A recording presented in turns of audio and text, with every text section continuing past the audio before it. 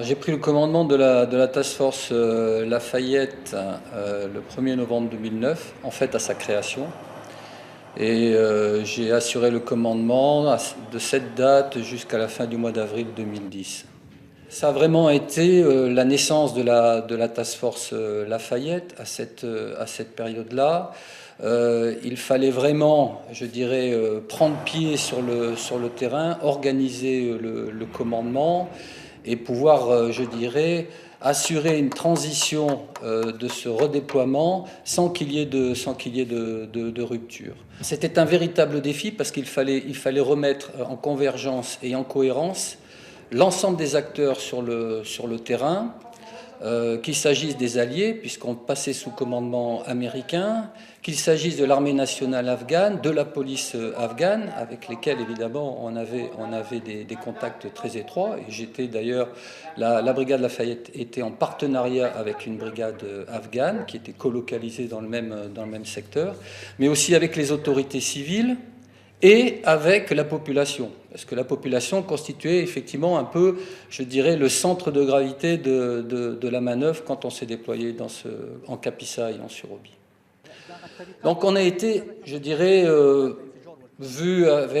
attendu avec une certaine forme de curiosité, et puis pas mal d'espoir, je dois le dire. Il y avait une vraie forme d'espoir dans ce redéploiement de la Task Force Lafayette en Kapisa et en Surabhi. Dans la composition de la brigade, j'ai demandé à avoir une expertise civile, à la fois pour le développement et pour la gouvernance, afin justement de pouvoir cibler correctement à la fois les projets de développement qu'il fallait mettre en œuvre, comme, je dirais, établir de bonnes relations avec les autorités locales, qu'elles soient politiques ou administratives. On a fait des ponts, on a construit des écoles, on a étendu les terres arables par un système de culture en terrasse avec des agronomes qui ont permis des plantations de vergers de plusieurs milliers d'arbres.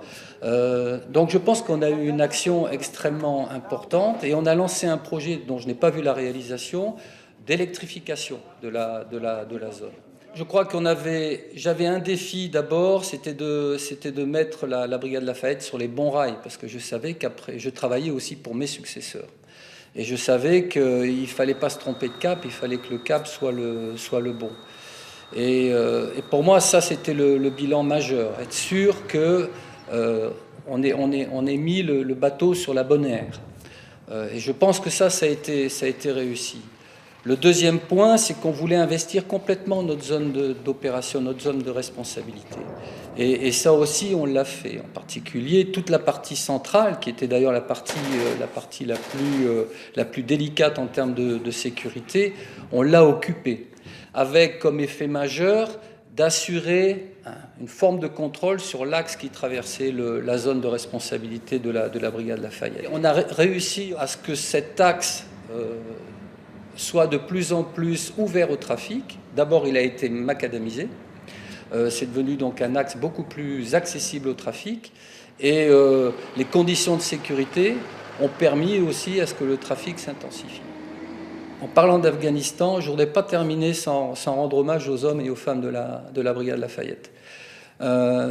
Pour leur courage, pour leur détermination, nous avons des frères d'âmes qui sont restés en Afghanistan, qui sont morts en Afghanistan. Il y a eu de nombreux blessés pendant ce mandat également. Et vraiment, je ne voulais pas terminer sans leur rendre hommage, parce qu'ils ont fait un travail formidable.